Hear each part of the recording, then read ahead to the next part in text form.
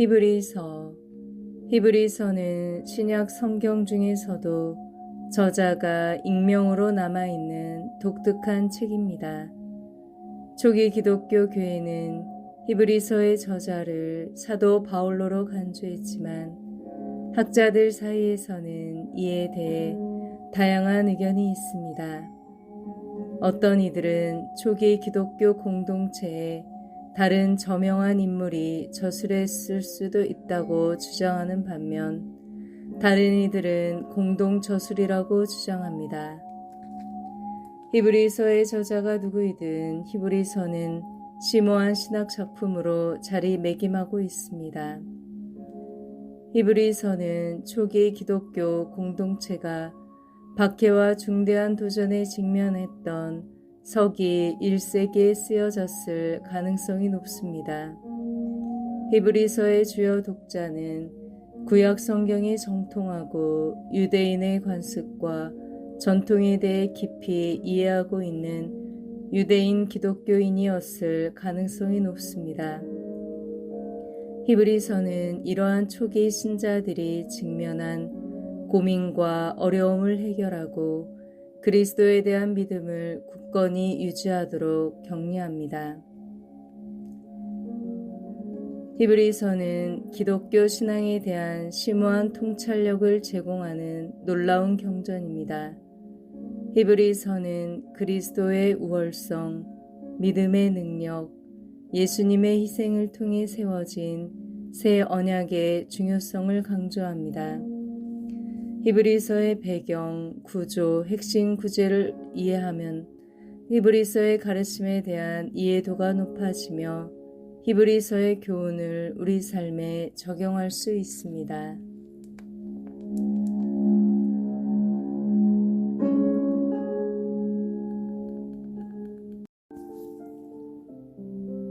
히브리인들에게 보낸 서간 1장.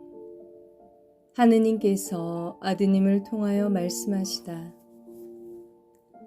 하느님께서 예전에는 예언자들을 통하여 여러 번에 걸쳐 여러 가지 방식으로 조상들에게 말씀하셨지만 이 마지막 때에는 아드님을 통하여 우리에게 말씀하셨습니다.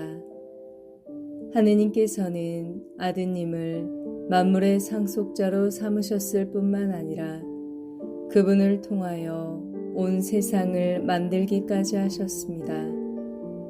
아드님은 하느님의 영광의 광채이시며 하느님 본질의 모상으로서 만물을 당신의 강력한 말씀으로 지탱하십니다. 그분께서 죄를 깨끗이 없애신 다음 하늘 높은 곳에 계신 존엄하신 분의 오른쪽에 앉으셨습니다. 그분께서는 천사들보다 뛰어난 이름을 상속받으시어 그만큼 그들보다 위대하게 되셨습니다. 천사들보다 위대하신 아드님, 하느님께서 천사들 가운데 그 누구에게 너는 내 아들, 내가 오늘 너를 낳았노라 하고 말씀하신 적이 있습니까? 또 나는 그의 아버지가 되고 그는 나의 아들이 되리라 하고 말씀하신 적이 있습니까? 또 맏아드님을 저 세상에 데리고 들어가실 때에는 하느님의 천사들은 모두 그에게 경배하여라 하고 말씀하십니다. 그리고 천사들과 관련해서는 그는 자기의 천사들을 바람처럼 만들고 자기의 시종들을 타오르는 불처럼 만든다 하는 말씀이 있고 아드님과 관련해서는 이런 말씀이 있습니다. 오 하느님, 당신의 왕좌는 영원무궁하며 당신의 왕홀은 공정의 홀입니다. 당신께서 정의를 사랑하시고 불의를 미워하시기에 당신의 하느님께서 기쁨의 기름을 당신 동료들이 아니라 당신께 부어주셨습니다. 또 이런 말씀이 있습니다. 주님, 당신께서는 태초에 땅을 세우셨습니다. 하늘도 당신 손의 작품입니다. 그것들은 사라져가도 당신께서는 그대로 계십니다. 그것들은 다 옷처럼 낡을 것입니다. 당신께서는 그것들을 옷가지처럼 말아치우시고 그것들은 옷처럼 변할 것입니다. 그러나 당신께서는 언제나 같으시고 당신의 횟수는 끝이 없을 것입니다. 하느님께서 천사들 가운데 그 누구에게 내 오른쪽에 앉아라, 내가 너의 원수들을 내 발판으로 삼을 때까지 하고 말씀하신 적이 있습니까? 천사들은 모두 하느님을 시중드는 영으로서 구원을 상속받게 될 이들에게 봉사하도록 파견되는 이들이 아닙니까?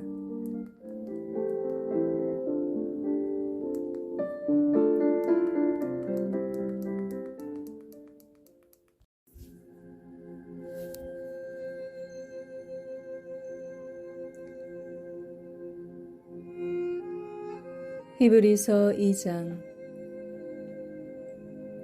고귀한 구원. 그러므로 우리는 우리가 들은 것을 더욱더 명심하여 빗나가지 않도록 해야 하겠습니다. 천사들을 통하여 선포된 말씀이 유효하고 그것을 어기거나 따르지 않는 자들은 모두 정당한 벌을 받았는데, 하물며 우리가 이렇듯 고귀한 구원을 소홀히 하면 어떻게 벌을 피할 수 있겠습니까? 이 구원은 처음에 주님께서 선포하신 것으로 그것을 들은 이들이 우리에게 확증해 주었습니다. 하느님께서도 당신의 뜻에 따라 표징과 이적과 갖가지 기적을 통하여 또 성령의 선물을 나누어 주시어 당신의 증언을 보태어 주셨습니다. 구원의 영도자. 하느님께서는 우리가 지금 말하고 있는 곧 앞으로 올 세상을 천사들의 지배 아래 두신 것이 아닙니다. 어떤 이가 어디에선가 이렇게 증언하였습니다. 인간이 무엇이기에 그를 기억해 주십니까? 사람이 무엇이기에 그를 돌보아 주십니까? 천사들보다 잠깐 낮추셨다가 영광과 존귀의 관을 씌워주시고 만물을 그의 발 아래 두셨습니다. 하느님께서는 이렇게 만물을 그의 지배 아래 두시면서 그 아래 들지 않는 것은 하나도 남겨놓지 않으셨습니다. 그런데도 우리가 보기에는 만물이 아직도 그의 지배 아래 들지 않았습니다. 그러나 우리는 천사들보다 잠깐 낮아지었다가 죽음의 고난을 통하여 영광과 존귀의 관을 쓰신 예수님을 보고 있습니다. 이렇게 그분께서는 하느님의 은총으로 모든 사람을 위하여 죽음을 겪으셔야 했습니다. 만물은 하느님을 위하여 또 그분을 통하여 존재합니다. 이러한 하느님께서 많은 자녀들을 영광으로 이끌어 들이시면서 그들을 위한 구원의 영도자를 고난으로 완전하게 만드신 것은 당연한 일이었습니다. 사람들을 거룩하게 해주시는 분이나 거룩하게 되는 사람들이나 모두 한 분에게서 나왔습니다. 그러한 까닭에 예수님께서는 그들을 형제라고 부르기를 부끄러워하지 않으시고 이렇게 말씀하십니다. 저는 당신 이름을 제 형제들에게 전하고 모임 한가운데서 당신을 찬양하오리이다. 또 나는 그분을 신뢰하리라 하시고 보라 나다 그리고 하느님께서 나에게 주신 자녀들이다 하고 말씀하십니다. 이 자녀들이 피와 살을 나누었듯이 예수님께서도 그들과 함께 피와 살을 나누어 가시었습니다. 그것은 죽음의 권능을 쥐고 있는 자, 곧 악마를 당신의 죽음으로 파멸시키시고 죽음의 공포 때문에 한평생 종살이에 얽매여 있는 이들을 풀어주시려는 것이었습니다. 그분께서는 분명 천사들을 보살펴 주시는 것이 아니라 아브라함의 후손들을 보살펴 주십니다. 그렇기 때문에 그분께서는 모든 점에서 형제들과 같아지셔야 했습니다. 자비로울 뿐만 아니라 하느님을 섬기는 일에 충실한 대사제가 되시어 백성의 죄를 속죄하시려는 것이었습니다. 그분께서는 고난을 겪으시면서 유혹을 받으셨기 때문에 유혹을 받는 이들을 도와주실 수가 있습니다.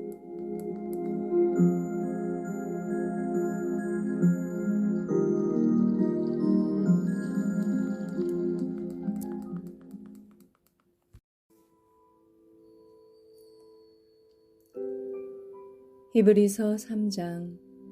모세보다 위대하신 예수님. 그러므로 하늘의 부르심을 함께 받은 거룩한 형제 여러분, 우리 신앙 고백의 사도이며 대사제이신 예수님을 생각해 보십시오. 모세가 하느님의 온 집안을 충실히 맡고 있었듯이 예수님께서도 당신을 세우신 분께 충실하셨습니다. 그러나 집을 지은 이가 집보다 더 존귀하듯이 예수님도 모세보다 더 큰 영광을 누리셔야 마땅합니다. 어떤 집이든 그것을 지은 이가 있습니다. 그런데 만물을 지으신 분은 하느님이십니다. 모세는 하느님께서 장차 말씀하시려는 것을 증언하려고 종으로서 그분의 온 집안을 충실히 맡고 있었습니다. 그러나 그리스도께서는 그분의 집안을 맡은 아드님으로서 충실하신 분이십니다. 우리가 그분의 집안입니다. 우리의 희망에 대하여 확신과 긍지를 굳게 지니는 한 그렇습니다. 하느님께서 주시는 안식, 그러므로 성령께서 말씀하시는 그대로입니다. 오늘 너희가 그분의 목소리를 듣거든 마음을 완고하게 갖지 마라. 광야에서 시험하던 날처럼 반항하던 때처럼 거기에서 너희 조상들은 내가 한 일을 보고서도 나를 떠보며 시험하였다. 40년 동안 그리하였다. 그래서 나는 그 세대에게 화가 나 말하였다. 언제나 마음이 빗나간 자들, 그들은 내 길을 깨닫지 못하였다. 그리하여 나는 분노하며 맹세하였다. 그들은 내 안식처에 들어가지 못하리라. 형제 여러분, 여러분 가운데에는 믿지 않는 악한 마음을 품고서 살아계신 하느님을 저버리는 사람이 없도록 조심하십시오. 오늘이라는 말이 들리는 한 여러분은 날마다 서로 격려하여 죄의 속임수에 넘어가 완고해지는 사람이 하나도 없도록 하십시오. 우리는 그리스도의 동료가 된 사람들입니다. 처음의 결심을 끝까지 굳건히 지니는 한 그렇습니다. 오늘 너희가 그분의 소리를 듣거든 반항하던 때처럼 마음을 완고하게 갖지 마라 하셨는데 듣고도 반항한 자들은 누구였습니까? 모두 모세의 인도를 받아 이집트에서 빠져나온 그 사람들이 아닙니까? 또 하느님께서는 40년 동안 누구에게 화가 나셨습니까? 죄를 지은 사람들, 시체가 되어 광야에 쓰러진 그 사람들이 아닙니까? 또 하느님께서는 누구에게 당신의 안식처에 들어가지 못하리라고 맹세하셨습니까? 순종하지 않은 그 사람들이 아닙니까? 우리가 보듯이 과연 그들은 불신 때문에 안식처에 들어가지 못하였습니다.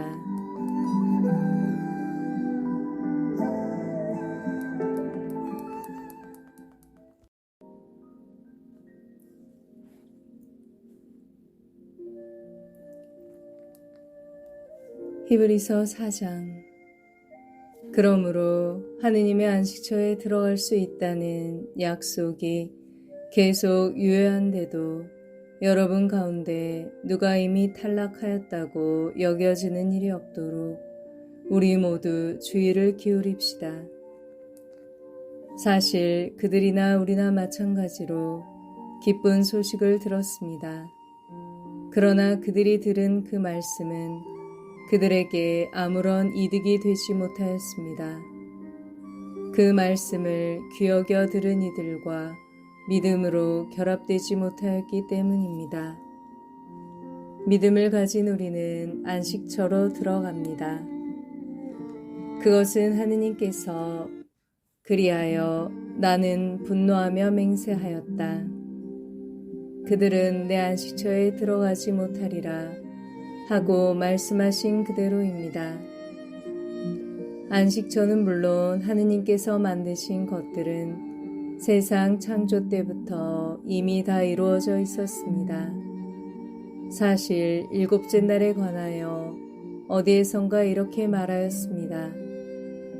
하느님께서는 하시던 일을 모두 마치시고 이렛날에 쉬었다.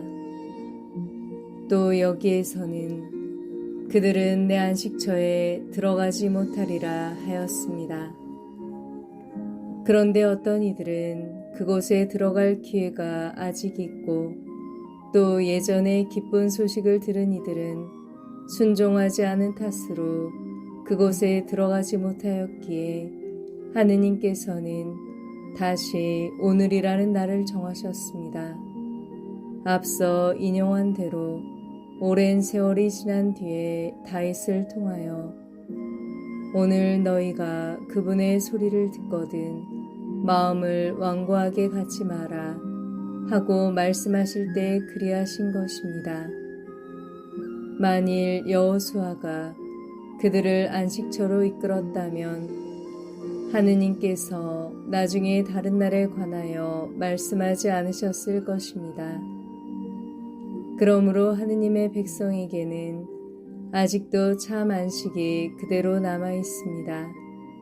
하느님께서 하시던 일을 마치시고 쉬신 것처럼 그분의 안식처에 들어가는 이도 자기가 하던 일을 마치고 쉬는 것입니다.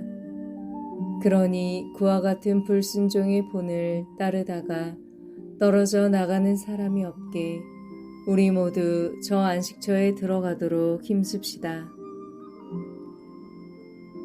사실 하느님의 말씀은 살아있고 힘이 있으며 어떤 쌍날칼보다도 날카롭습니다. 그래서 사람 속을 꿰찔러 혼과 영을 가르고 관절과 골수를 갈라 마음의 생각과 속셈을 가려냅니다. 하느님 앞에서는 어떠한 피조물도 감추어져 있을 수 없습니다. 그분 눈에는 모든 것이 벌거숭이로 드러나 있습니다. 이러한 하느님께 우리는 셈을 해드려야 하는 것입니다.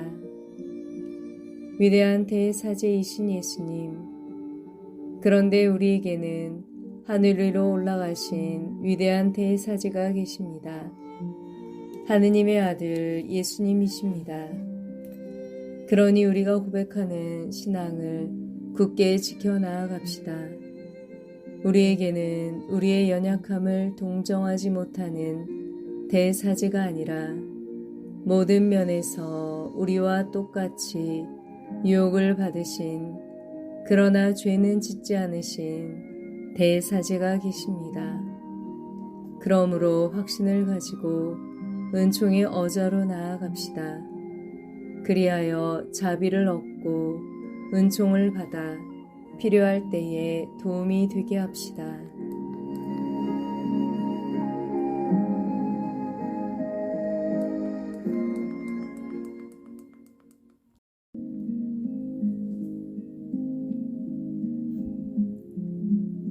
히브리서 5장. 모든 대사제는 사람들 가운데서 뽑혀 사람들을 위하여 하느님을 섬기는 일을 하도록 지정된 사람입니다. 곧 죄 때문에 예물과 제물을 바치는 것입니다. 그는 자기도 약점을 짊어지고 있으므로 무지하여 길을 벗어난 이들을 너그러이 대할 수 있습니다. 그리고 연약한 탓에 백성의 죄뿐만 아니라 자기의 죄 때문에도 제물을 바쳐야 합니다. 이 영예는 어느 누구도 스스로 얻는 것이 아니라 아론과 같이 하느님에게서 부르심을 받아 얻는 것입니다. 이처럼 그리스도께서도 대사제가 되는 영광을 스스로 차지하신 것이 아니라 그분께 너는 내 아들, 내가 오늘 너를 낳았노라 하고 말씀하신 분께서 그렇게 해주신 것입니다. 또 다른 곳에서 말씀하신 그대로입니다. 너는 멜키ጼ덱과 같이 영원한 사제다.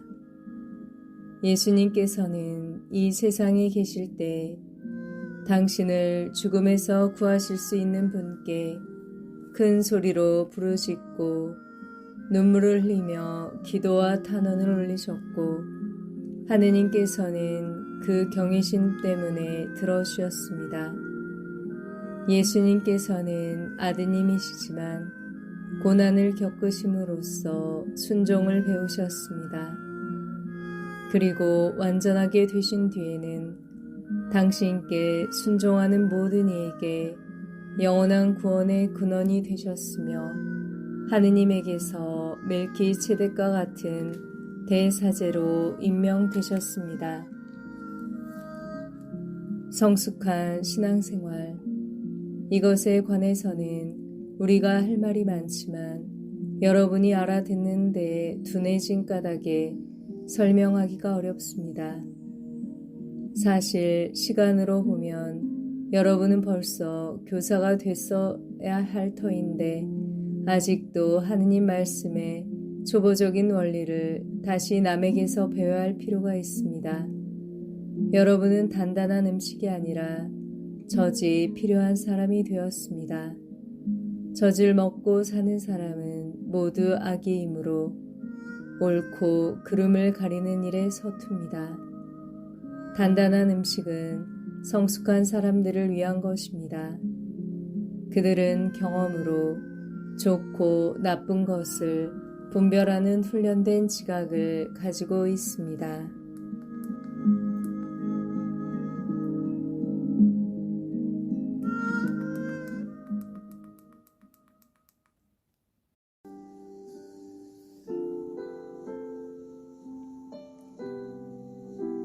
히브리서 6장.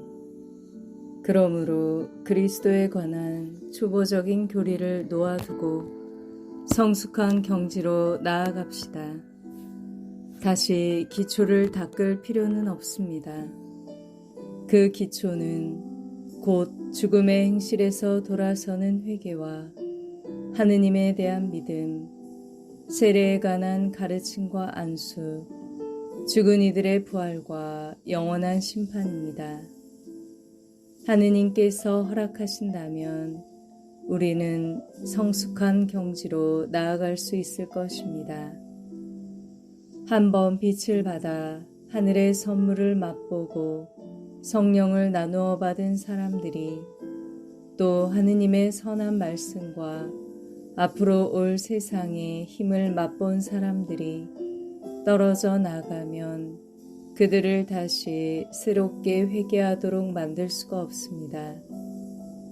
그런 사람들은 스스로 하느님의 아드님을 다시 십자가에 못 박고 욕을 보이는 것입니다.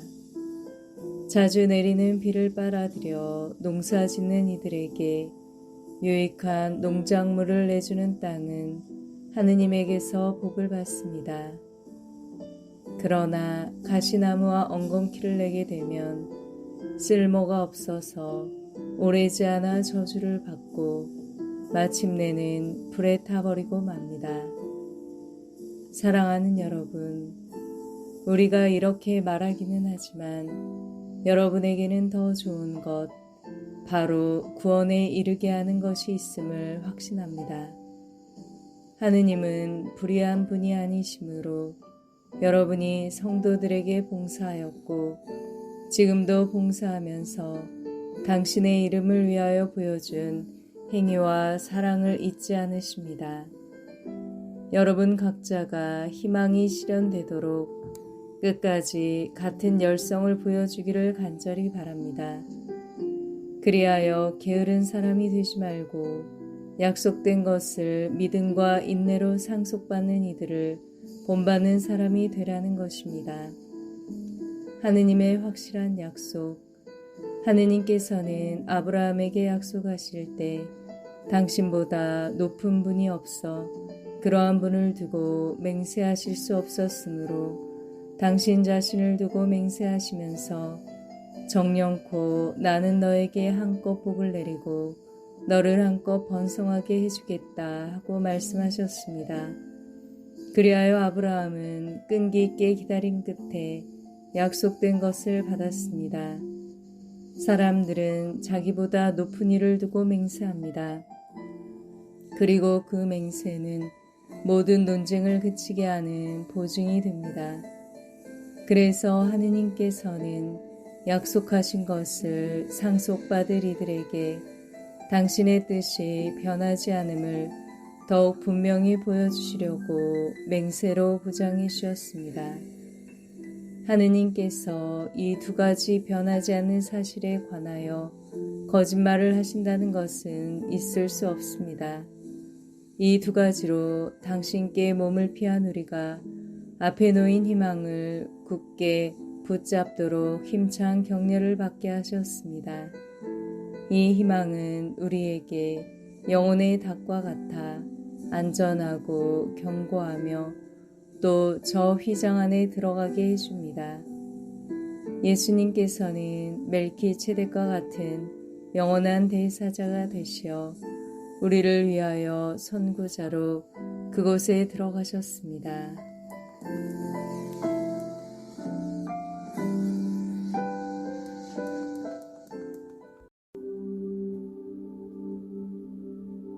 히브리서 7장 멜키ጼ덱의 사제직.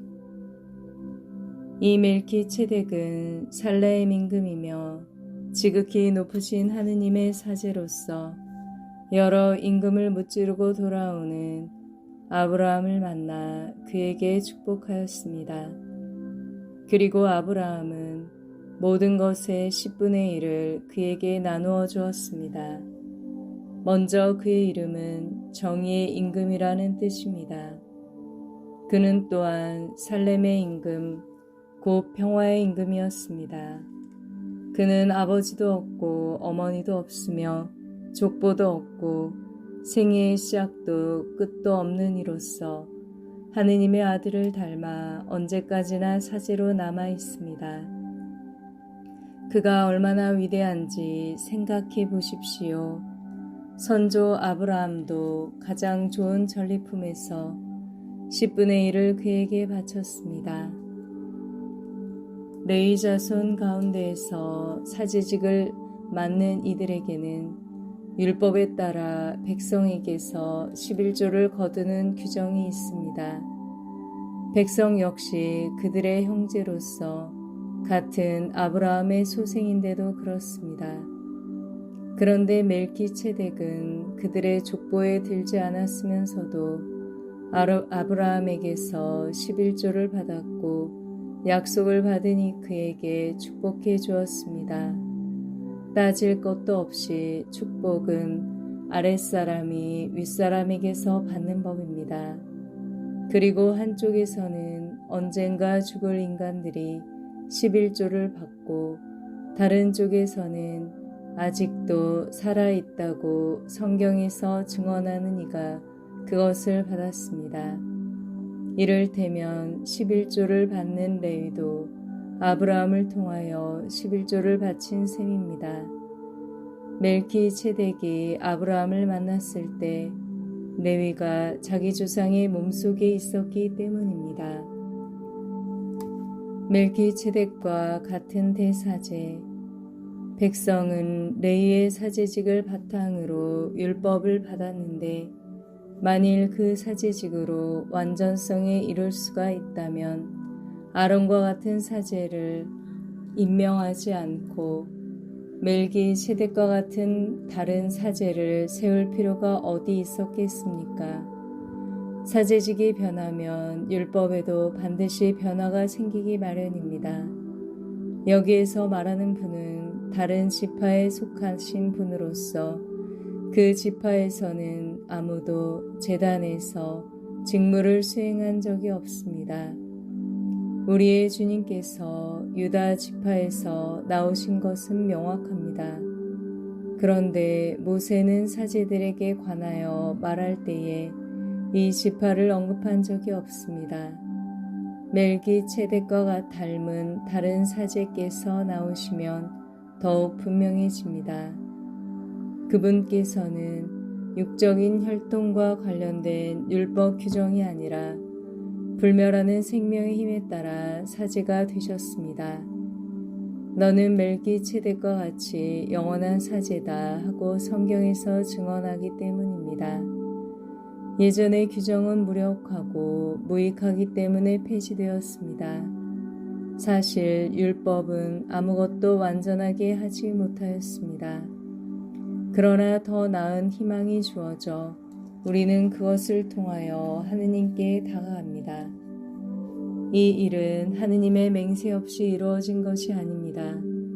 다른 이들은 하느님의 맹세 없이 사제가 되었습니다. 그러나 그분께서는 주님께서 맹세하시고 뉘우치지 않으시리이다. 너는 영원한 사제다 라고 하였듯이 그분께 말씀하신 분의 맹세로 사제가 되셨습니다. 그러한 만큼 예수님께서는 더 나은 계약을 보증해 주시는 분이 되셨습니다. 또한 다른 사제들은 죽음 때문에 직무를 계속할 수가 없어 그 수가 많았습니다. 그러나 그분께서는 영원히 사시기 때문에 영구한 사제직을 지니십니다. 따라서 그분께서는 당신을 통하여 하느님께 나아가는 사람들을 언제나 구원하실 수 있습니다. 그분께서는 늘 살아계시어 그들을 위하여 빌어주십니다. 사실 우리는 이와 같은 대사제가 필요하였습니다. 거룩하시고 순수하시고 순결하시고 죄인들과 떨어져 계시며 하늘보다 더 높으신 분이 되신 대사제이십니다. 그분께서는 다른 대사제들처럼 날마다 먼저 자기 죄 때문에 제물을 바치고 그 다음으로 백성의 죄 때문에 제물을 바칠 필요가 없으십니다. 당신 자신을 바치실 때에 이 일을 단 한 번에 다 이루신 것입니다. 율법은 약점을 지닌 사람들을 대사제로 세우지만 율법 다음에 이루어진 맹세의 그 말씀은 영원히 완전하게 되신 아드님을 대사제로 세웁니다.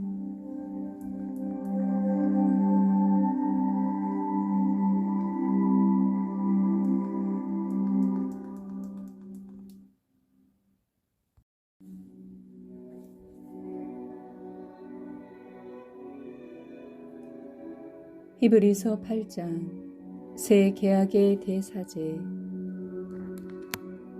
지금 하는 말의 요점은 우리에게 이와 같은 대사제가 계시다는 것입니다.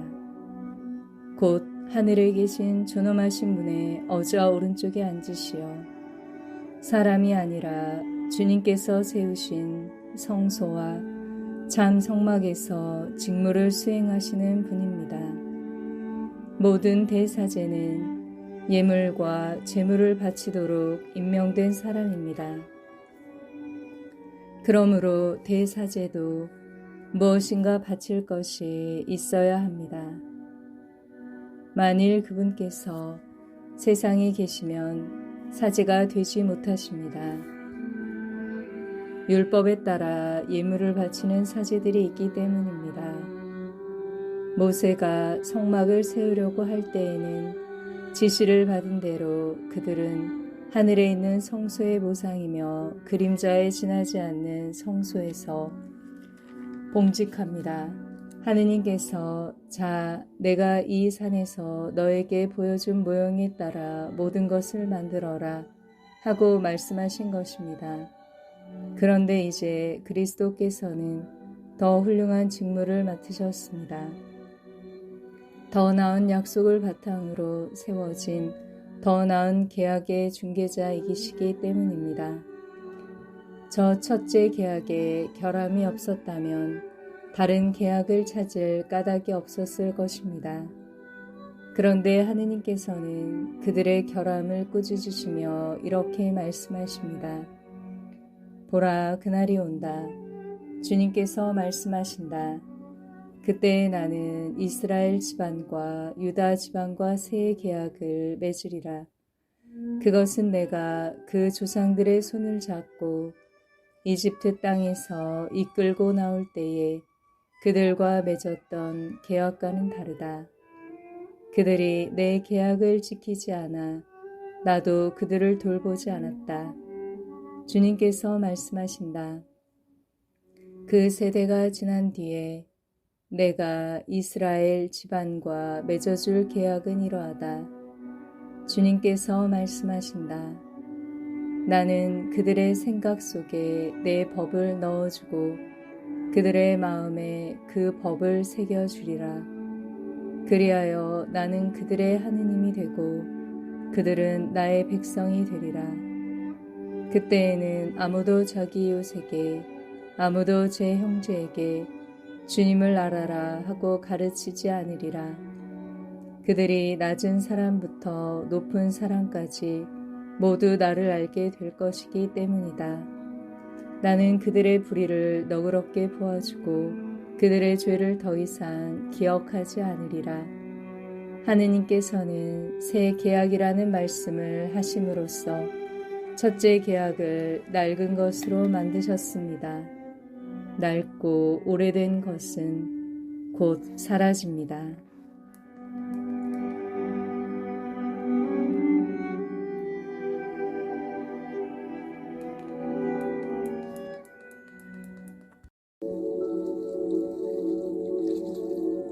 히브리서 9장 옛 계약의 제사. 첫째 계약에도 예배 법규가 있었고 지상 성소가 있었습니다. 사실 첫째 성막이 세워져 그 안에 등잔대와 상과 제사빵이 놓여 있었는데 그곳을 성소라고 합니다.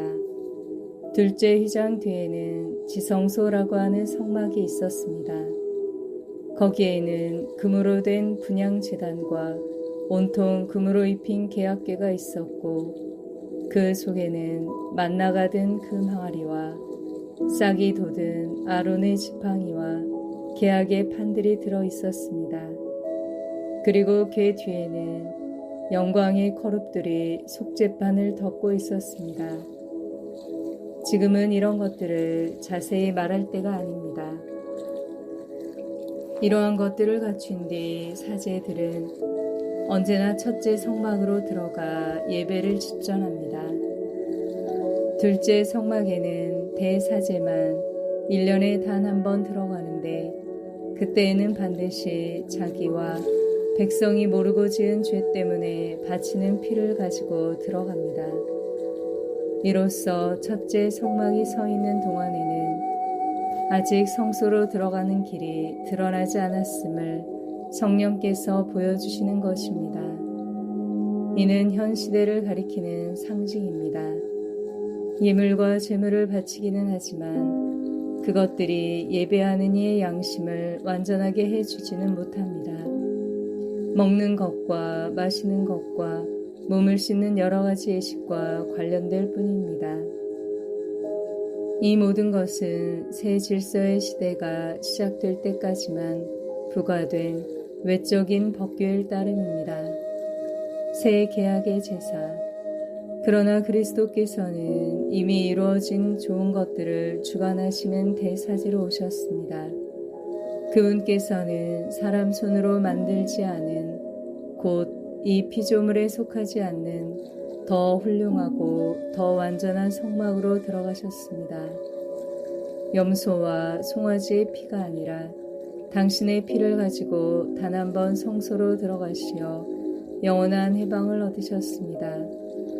염소와 황소의 피, 그리고 더러워진 사람들에게 뿌리는 암송아지의 죄가 그들을 거룩하게 하여 그 몸을 깨끗하게 한다면 하물며 영원한 영을 통하여 흠없는 당신 자신을 하느님께 바치신 그리스도의 피는 우리의 양심을 죽음의 행실에서 얼마나 더 깨끗하게 하여 살아계신 하느님을 섬기게 할 수 있겠습니까? 그러므로 그리스도께서는 새 계약의 중개자이십니다. 첫째 계약 아래에서 저지른 범죄로부터 사람들을 속량하시려고 그분께서 돌아가시어 부르심을 받은 이들이 약속된 영원한 상속 재산을 받게 해주셨기 때문입니다. 유언이 있는 곳에서는 유언자의 죽음이 확인되어야 합니다. 유언은 사람이 죽었을 때야 유효한 것으로 유언자가 살아있을 때에는 효력이 없습니다. 사실은 첫째 계약도 피 없이 시작된 것이 아닙니다.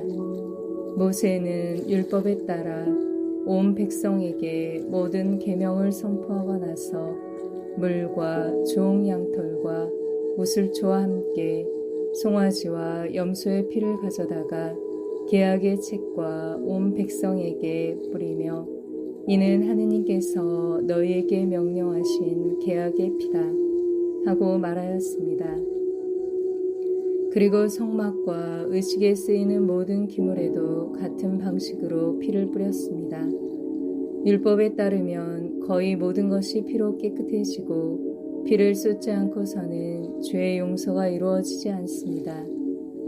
그러므로 하늘에 있는 것들을 본뜬 모상들은 이러한 의식으로 깨끗하게 할 필요가 있었습니다. 그러나 하늘의 것들은 그보다 나은 제물이 필요하였습니다. 그리스도께서는 참 성소의 모조품에 지나지 않는 곳에 곧 사람 손으로 만든 성소에 들어가시지 않으셨습니다. 이제 우리를 위하여 하느님 앞에 나타나시려고 바로 하늘에 들어가신 것입니다. 대사제가 해마다 다른 생물의 피를 가지고 성소에 들어가듯이 당신 자신을 여러 번 바치시려고 들어가신 것이 아닙니다. 만일 그렇다면 세상 창조 때부터 여러 번 고난을 받으셔야 했을 것입니다. 그러나 이제 그분께서는 마지막 시대에 당신 자신을 제물로 바쳐 죄를 없애시려고 단 한 번 나타나셨습니다. 사람은 단 한 번 죽게 마련이고 그 뒤에 심판이 이어지듯이 그리스도께서도 많은 사람의 죄를 짊어지시려고 단 한 번 당신 자신을 바치셨습니다. 그리고 당신을 고대하는 이들을 구원하시려고 죄와는 상관없이 두 번째로 나타나실 것입니다.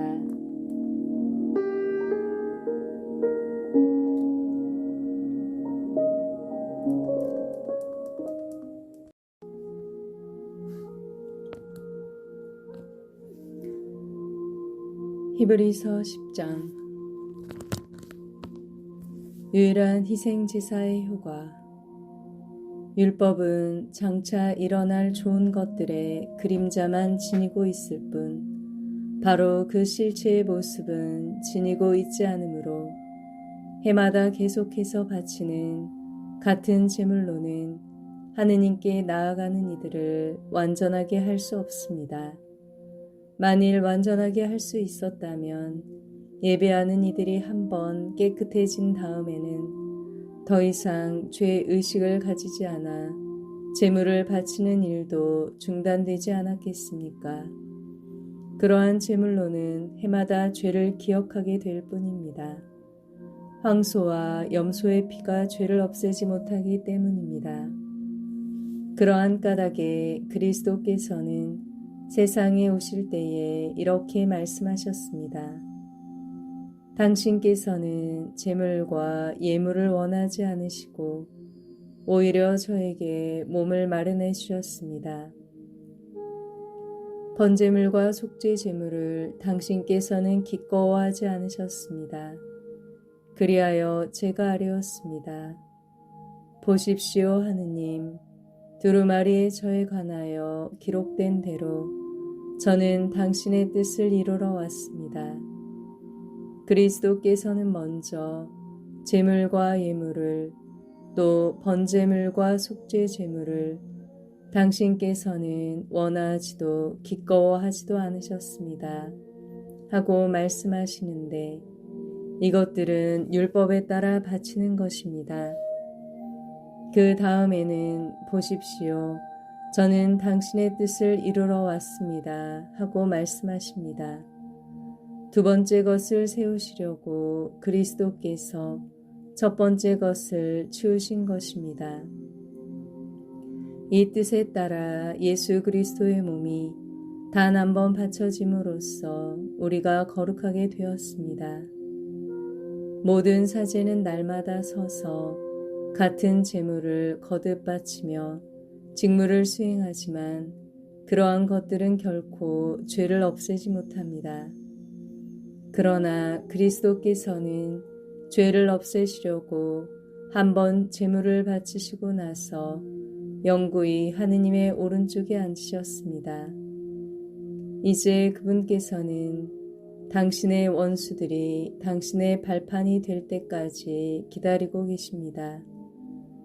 한 번의 예물로 거룩해지는 이들을 영구히 완전하게 해주신 것입니다. 성령께서도 우리에게 증언해 주시니 먼저 이렇게 말씀하셨습니다. 그 시대가 지난 뒤에 내가 그들과 맺어줄 계약은 이러하다. 주님께서 말씀하신다. 나는 그들의 마음에 내 법을 넣어주고 그들의 생각에 그 법을 새겨주리라. 그리고 이렇게 덧붙이셨습니다. 나는 그들의 죄와 그들의 불의를 더 이상 기억하지 않으리라. 이러한 것들이 용서된 곳에는 더 이상 죄 때문에 바치는 예물이 필요 없습니다. 충실한 신앙생활. 그러므로 형제 여러분, 우리는 예수님의 피 덕분에 성소에 들어간다는 확신을 가지고 있습니다. 그분께서는 그 휘장을 관통하는 새롭고도 살아있는 길을 우리에게 열어주셨습니다. 곧 당신의 몸을 통하여 그리해 주셨습니다. 우리에게는 하느님의 집을 다스리시는 위대한 사제가 계십니다. 그러니 진실한 마음과 확고한 믿음을 가지고 하느님께 나아갑시다. 우리의 마음은 그리스도의 피가 뿌려져 악에 물든 양심을 벗고 깨끗해졌으며 우리의 몸은 맑은 물로 말끔히 씻겨졌습니다. 우리가 고백하는 희망을 굳게 간직합시다. 약속해 주신 분은 성실하신 분이십니다. 서로 자극을 주어 사랑과 선행을 하도록 주의를 기울입시다. 어떤 이들이 습관적으로 그러하듯이 우리의 모임을 소홀히 하지 말고 서로 격려합시다. 여러분도 보시다시피 그날이 가까이 오고 있으니 더욱더 그렇게 합시다. 우리가 진리를 깨닫고서도 일부러 죄를 짓는다면 죄를 용서받기 위하여 바칠 수 있는 제물이란 남아있지 않습니다. 심판 그리고 적대자들을 삼켜버릴 맹렬한 불에 대한 무서운 예상만이 남아있을 뿐입니다. 모세의 율법을 무시한 자는 둘이나 세 증인의 말에 따라 가차없이 처형됩니다. 그렇다면 하느님의 아드님을 짓밟고 자기를 거룩하게 해준 계약의 피를 더러운 것으로 여기고 은총의 성령을 모독한 자는 얼마나 더 나쁜 벌을 받아야 마땅하겠습니까? 복수는 내가 할 일, 내가 보복하리라. 또 주님께서 당신 백성을 심판하시리라 하고 말씀하신 분을 우리는 알고 있습니다. 살아계신 하느님의 손에 떨어지는 것은 무서운 일입니다. 예전에 여러분이 빛을 받은 뒤에 많은 고난의 싸움을 견디어 낸 때를 기억해 보십시오. 어떤 때에는 공공연히 모욕과 환난을 당하기도 하고 어떤 때에는 그러한 처지에 빠진 이들에게 동무가 되어주기도 하였습니다. 여러분은 또한 감옥에 갇힌 이들과 고통을 함께 나누었고 재산을 빼앗기는 일도 기쁘게 받아들였습니다. 그보다 더 좋고 또 길이 남는 재산을 가지고 있다는 것을 알고 있었기 때문입니다. 그러니 여러분의 그 확신을 버리지 마십시오. 그것은 큰 상을 가져다 줍니다. 여러분이 하느님의 뜻을 이루어 약속된 것을 얻으려면 인내가 필요합니다. 조금만 더 있으면 올 이가 오리라. 지체하지 않으리라. 나의 의는 믿음으로 살리라. 그러나 뒤로 물러서는 자는 내 마음이 기꺼워하지 않는다. 우리는 뒤로 물러나 멸망할 사람이 아니라 믿어서 생명을 얻을 사람입니다.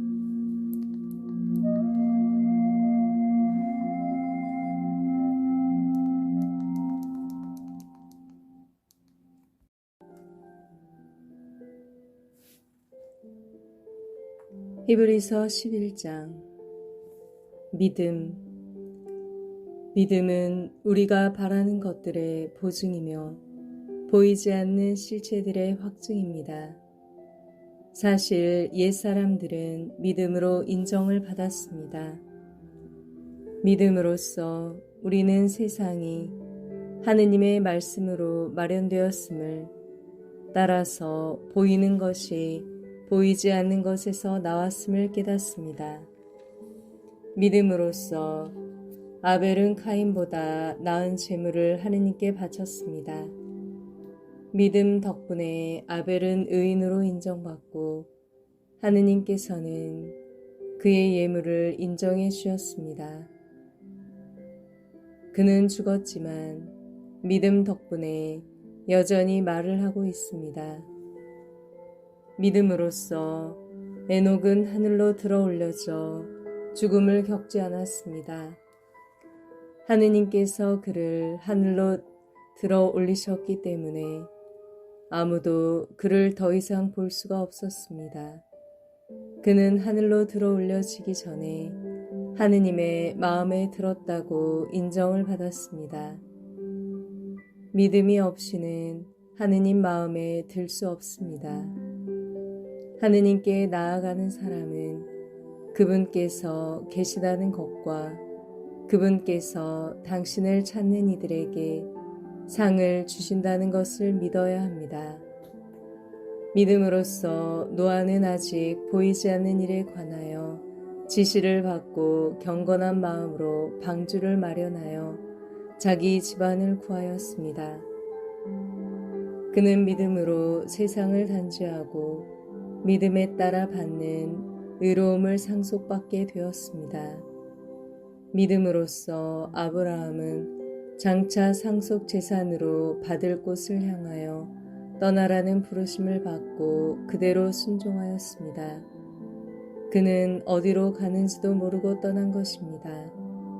믿음으로써 그는 같은 약속의 공동 상속자인 이삭과 야곱과 함께 천막을 치고 머무르면서 약속받은 땅인데도 남의 땅인 것처럼 이방인으로 살았습니다. 하느님께서 설계자이시며 건축가로서 튼튼한 기초를 갖추어 주신 도성을 기다리고 있었기 때문입니다. 믿음으로써 사라는 아이를 가지지 못하는 여인인데다 나이까지 지났는데도 임신할 능력을 얻었습니다. 약속해 주신 분을 성실하신 분으로 여겼기 때문입니다. 그리하여 한 사람에게서, 그것도 죽은 것이나 다름없는 사람에게서 하늘의 별처럼 수가 많고 바닷가의 모래처럼 셀 수 없는 후손이 태어났습니다. 이들은 모두 믿음 속에 죽어갔습니다. 약속된 것을 받지는 못하였지만 멀리서 그것을 보고 반겼습니다. 그리고 자기들은 이 세상에서 이방인이며 나그네일 따름이라고 고백하였습니다. 그들은 이렇게 말함으로써 자기들이 본향을 찾고 있음을 분명히 드러냈습니다. 만일 그들이 떠나온 곳을 생각하고 있었다면 돌아갈 기회가 있었을 것입니다. 그러나 실상 그들은 더 나은 곳, 바로 하늘 본향을 갈망하고 있었습니다. 그래서 하느님께서는 그들의 하느님이라고 불리시는 것을 부끄러워하지 않으시고 그들에게 도성을 마련해 주셨습니다. 믿음으로써 아브라함은 시험을 받을 때에 이삭을 바쳤습니다. 약속을 받은 아브라함이 외아들을 바치려고 하였습니다. 그 외아들을 두고 하느님께서는 일찍이 이삭을 통하여 후손들이 너의 이름을 물려받을 것이다 하고 말씀하셨습니다. 아브라함은 하느님께서 죽은 사람까지 일으키실 수 있다고 생각하였습니다. 그리하여 이삭을 하나의 상징으로 돌려받은 것입니다. 믿음으로 이삭은 장래일을 두고 야곱과 에사우에게 축복해 주었습니다. 믿음으로써 야곱은 죽을 때에 요셉의 아들들에게 하나하나 축복해 주고 지팡이 끝에 의지하여 하느님께 경배하였습니다. 믿음으로써 요셉은 죽으면서 이스라엘 자손들의 탈출을 언급하며 자기의 유고를 어떻게 할 것인지 지시하였습니다. 믿음으로써 모세가 태어났을 때에 그의 부모는 그를 3달 동안 숨겼습니다. 그들이 보기에 아기가 잘생겼기 때문입니다. 그들은 임금의 명령도 두려워하지 않았습니다. 믿음으로써 모세는 어른이 되었을 때 파라오의 딸의 아들이라고 불리기를 거부하였습니다. 죄의 일시적인 향락을 누리기보다 하느님의 백성과 함께 학대받는 길을 선택하였습니다. 그는 그리스도를 위하여 받는 모욕을 이집트의 보물보다 더 큰 재산으로 여겼습니다. 앞으로 받을 상을 내다보고 있었던 것입니다. 믿음으로써 그는 임금의 분노도 두려워하지 않고 이집트를 떠났습니다. 보이지 않으시는 분을 보고 있는 것처럼 굳건히 견디어냈습니다. 믿음으로써 모세는 파스카 축제를 지내고 피를 뿌려 맏아들과 맏배의 파괴자가 그들을 건드리지 못하게 하였습니다. 믿음으로써 그들은 홍해를 마른 땅처럼 건너갔습니다. 이집트인들은 그렇게 하려다가 물에 빠져 죽었습니다. 믿음으로써 사람들이 이랫동안 예리고 성벽을 돌자 그것이 무너져 버렸습니다. 믿음으로써 창녀 라합은 정탐꾼들을 평화로이 맞아들였기에 순종하지 않은 자들과 함께 망하지 않았습니다. 내가 무슨 말을 더 해야 하겠습니까? 기드온, 바락, 삼손, 입다, 다윗과 사무엘, 그리고 예언자들에 대하여 말하려면 시간이 모자랄 것입니다. 그들은 믿음으로 여러 나라를 정복하였고 정의를 실천하였으며 약속된 것을 얻었고 사자들의 입을 막았으며 맹렬한 불을 껐고 칼날을 벗어났으며 약하였지만 강해졌고 전쟁 때에 용맹한 전사가 되었으며 외국 군대를 물리쳤습니다. 어떤 여인들은 죽었다가 부활한 식구들을 다시 맞아들이기도 하였습니다. 어떤 이들은 더 나은 부활을 누리려고 석방도 받아들이지 않은 채 고문을 받았습니다. 또 어떤 이들은 조롱과 채찍질을 당하고 결박과 투옥을 당하기도 하였습니다.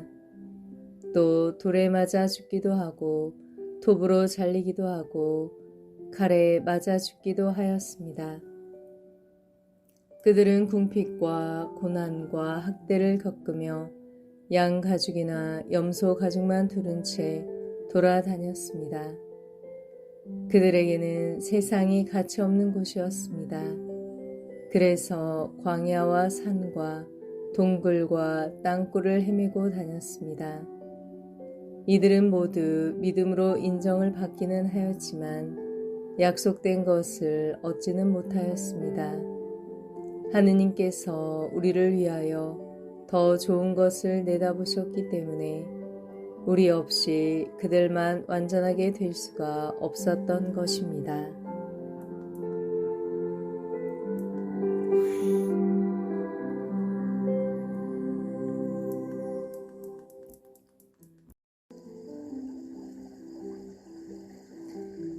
히브리서 12장 시련과 인내.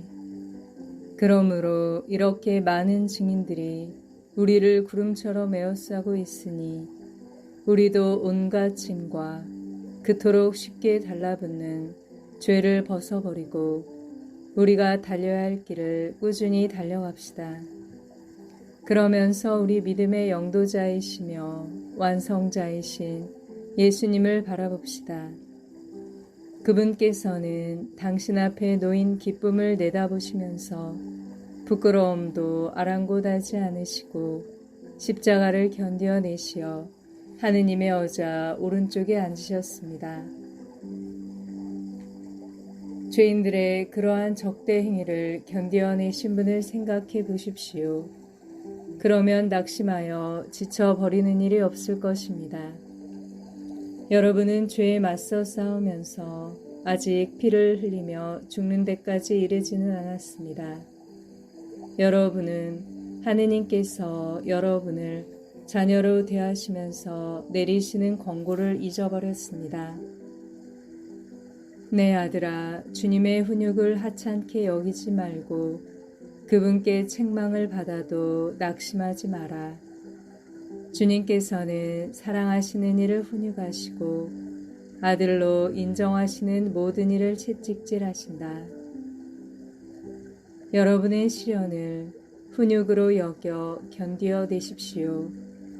하느님께서는 여러분을 자녀로 대하십니다. 아버지에게서 훈육을 받지 않는 아들이 어디 있습니까? 모든 자녀가 다 받는 훈육을 받지 않는다면 여러분은 사생아이지 자녀가 아닙니다. 게다가 우리에게는 우리를 훈육하시는 육신의 아버지가 계셨고 우리는 그러한 아버지를 공경하였습니다. 그렇다면 영적 아버지께는 더욱 순종하여 그 결과로 생명을 얻어야 하지 않겠습니까? 육신의 아버지들은 자기들의 생각대로 우리를 잠깐 훈육하였지만 그분께서는 우리에게 유익하도록 훈육하시어 우리가 당신의 거룩함에 동참할 수 있게 해주십니다. 모든 훈육이 당장은 기쁨이 아니라 슬픔으로 여겨집니다. 그러나 나중에는 그것으로 훈련된 이들에게 평화와 의로움의 열매를 가져다 줍니다. 그러므로 맥 풀린 손과 힘 빠진 무릎을 바로 세워 바른 길을 달려가십시오. 그리하여 절름거리는 다리가 접질리지 않고 오히려 낫게 하십시오. 하느님의 은총과 부르심에 합당한 생활, 모든 사람과 평화롭게 지내고 거룩하게 살도록 힘쓰십시오. 거룩해지지 않고는 아무도 주님을 뵙지 못할 것입니다. 여러분은 아무도 하느님의 은총을 놓쳐버리는 일이 없도록 조심하십시오. 또 쓴 열매를 맺는 뿌리가 하나라도 솟아나 혼란을 일으켜 그것 때문에 많은 사람이 더럽혀지는 일이 없도록 조심하십시오. 그리고 아무도 음식 한 그릇에 맏아들의 권리를 팔아넘긴 에사우와 같이 불륜을 저지르거나 속된 자가 되지 않도록 하십시오. 여러분도 알다시피 에사우는 나중에 아버지의 축복을 상속받기를 원하였지만 거절당하였습니다. 눈물을 흘리며 축복을 받으려고 애썼지만 회개할 기회를 찾지 못하였기 때문입니다. 여러분이 나아간 곳은 만져볼 수 있고 불이 타오르고 짙은 어둠과 폭풍이 일며 또 나팔이 울리고 말소리가 들리는 곳이 아닙니다. 그 말소리를 들은 이들은 더 이상 자기들에게 말씀이 내리지 않게 해달라고 빌었습니다. 짐승이라도 산을 건드리면 돌에 맞아 죽을 것이다 하는 경고를 견뎌낼 수가 없었던 것입니다. 그 광경이 얼마나 무서웠던지 모세는 나는 두렵다 하며 몸을 떨었습니다. 그러나 여러분이 나아간 곳은 시온산이고 살아계신 하느님의 도성이며 천상 예루살렘으로 무수한 천사들의 축제 집회와 하늘에 등록된 맏아들들의 모임이 이루어지는 곳입니다. 또 모든 사람의 심판자 하느님께서 계시고 완전하게 된 의인들의 영이 있고 새 계약의 중개자 예수님께서 계시며 그분께서 뿌리신 피, 곧 아벨의 피보다 더 훌륭한 것을 말하는 그분의 피가 있는 곳입니다. 말씀하시는 분을 거부하지 않도록 조심하십시오. 땅에서 지시하시는 분을 거부할 때에 저들이 벌을 피할 수 없었는데 하물며 하늘에서 지시하는 분께 등을 돌릴 때에야 우리는 더더욱 그 벌을 피할 수 없지 않겠습니까? 그때에는 그분의 소리가 땅을 흔들었지만 이제는 내가 한 번 더 땅만이 아니라 하늘까지 뒤흔들리라 하고 약속하셨습니다. 한 번 더라는 말은 흔들리는 것들, 곧 피조물들이 치워져 흔들리지 않는 것들만 남는다는 사실을 가리킵니다. 우리는 흔들리지 않는 나라를 받으려 하고 있으니 감사를 드립시다. 감사와 함께 존경과 경외로 하느님 마음에 드는 예배를 드립시다. 우리의 하느님은 다 태워버리는 불이십니다.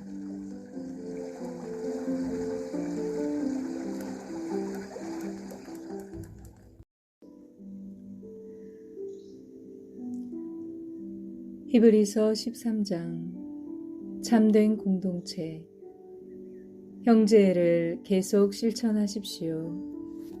손님 접대를 소홀히 하지 마십시오.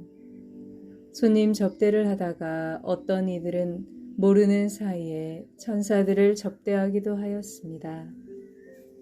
감옥에 갇힌 이들을 여러분도 함께 갇힌 것처럼 기억해주고 학대받는 이들을 여러분 자신이 몸으로 겪는 것처럼 기억해 주십시오. 혼인은 모든 사람에게서 존중되어야 하고 부부의 잠자리는 더럽혀지지 말아야 합니다. 불륜을 저지르는 자와 간음하는 자를 하느님께서는 심판하실 것입니다. 돈 욕심에 얽매여 살지 말고 지금 가진 것으로 만족하십시오. 그분께서 나는 결코 너를 떠나지도 않고 버리지도 않겠다 하고 말씀하셨기 때문입니다. 그러므로 우리는 확신을 가지고 이렇게 말할 수 있습니다. 주님께서 나를 도와주는 분이시니 나는 두려워하지 않으리라.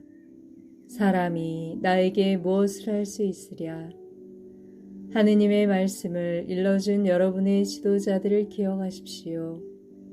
그들이 어떻게 살다가 죽었는지 살펴보고 그들의 믿음을 본받으십시오.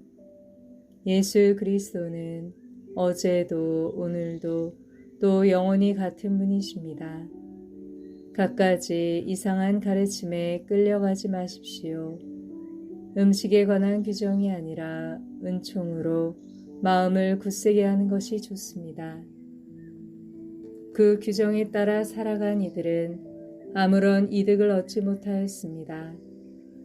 우리에게는 제단이 있는데 성막에 봉직하는 이들은 이 제단의 음식을 먹을 권리가 없습니다. 대사제는 짐승들의 피를 속죄 제물로 성소 안에 가져갑니다. 그러나 그 짐승들의 몸은 진영 밖에서 태웁니다. 그러므로 예수님께서도 당신의 피로 백성을 거룩하게 하시려고 성문 밖에서 고난을 받으셨습니다. 그러니 진영 밖으로 그분께 나아가 그분의 치욕을 함께 짊어집시다. 사실 땅 위에는 우리를 위한 영원한 도성이 없습니다. 우리는 앞으로 올 도성을 찾고 있습니다. 그러므로 예수님을 통하여 언제나 하느님께 찬양 제물을 바칩시다. 그것은 그분의 이름을 찬미하는 입술의 열매입니다. 선행과 나눔을 소홀히 하지 마십시오. 이러한 것들이 하느님 마음에 드는 제물입니다. 지도자들의 말을 따르고 그들에게 복종하십시오. 그들은 하느님께 셈을 해드려야 하는 이들로서 여러분의 영혼을 돌보아 주고 있습니다. 그러므로 그들이 탄식하는 일 없이 기쁘게 이 직무를 수행할 수 있게 해 주십시오. 그들의 탄식은 여러분에게 손해가 됩니다. 우리를 위하여 기도해 주십시오. 우리는 모든 면에서 늘 올바로 처신하려고 하기에 바른 양심을 지니고 있다고 확신합니다. 내가 여러분에게 빨리 돌아갈 수 있도록 기도해 주기를 더욱 간곡히 부탁합니다. 축복과 끝인사. 영원한 계약의 피로 양들의 위대한 목자이신 우리 주 예수님을 죽은 이들 가운데서 끌어올리신 평화의 하느님께서 여러분에게 온갖 좋은 것을 마련해 주시어 여러분이 당신의 뜻을 이루게 해 주시기를 빕니다. 그분께서 예수 그리스도를 통하여 당신 마음에 드는 것을 우리에게 해 주시기를 빕니다. 예수 그리스도께 영광이 영원 무궁하기를 빕니다. 아멘. 형제 여러분, 이렇게 간단히 적어보내니 이 격려의 말을 잘 받아들이기 바랍니다. 우리의 형제 티모테오가 풀려났음을 알려드립니다. 그가 빨리 오면 내가 그와 함께 여러분을 만나보게 될 것입니다. 여러분의 모든 지도자와 모든 성도에게 안부를 전해 주십시오. 이탈리아에서 온 이들이 여러분에게 인사합니다. 은총이 여러분 모두와 함께하기를 빕니다.